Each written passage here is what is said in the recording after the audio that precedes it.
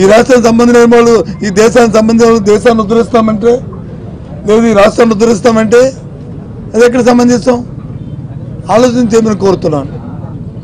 ప్రజలందరినీ కూడా ఈ మీడియా సాక్షిగా అడుగుతున్నాం. ఇవాళ మేము చెప్తున్నాం, ఏదైనా ఉత్తరాంధ్ర ప్రాంతంలో జరిగింది అభివృద్ధి జరిగింది అంటే అది స్వర్గీయ రాజశేఖర రెడ్డి గారి హయాంలో మళ్ళీ జగన్మోహన్ రెడ్డి గారి హయాంలో జరిగింది తప్ప ఎవరు చేయలే. ఏ కార్యక్రమం మాయలు చెప్పారు, మాటలు చెప్పారు.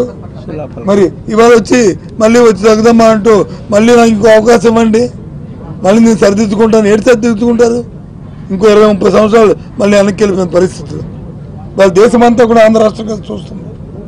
అవరా ఎలా చేస్తున్నారు ఈ కార్యక్రమాలని, ఎలా చేస్తారు ఈ సంక్షేమాన్ని, ఎలా చేస్తారు ఈ అభివృద్ధిని. ఏ ఒక్కరు తీసుకున్నా, అటు విద్యను తీసుకున్నా, వైద్యం తీసుకున్నా, వ్యవసాయం తీసుకున్నా, ఏ ఒక్క కార్యక్రమాన్ని తీసుకున్నా ఇంత పెద్ద ఎత్తున ఏ రకంగా చేస్తున్నారని చెప్పి దేశం యావత్తు ఇవాళ ఆంధ్ర రాష్ట్రంగా చూస్తుంది.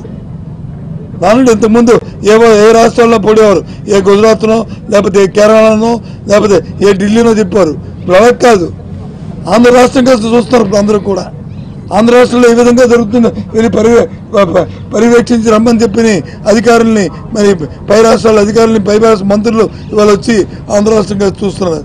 ఎప్పుడైనా ఇలాంటి ప్రక్రియ జరిగిందా ఆలోచించమని కోరుతున్నాం.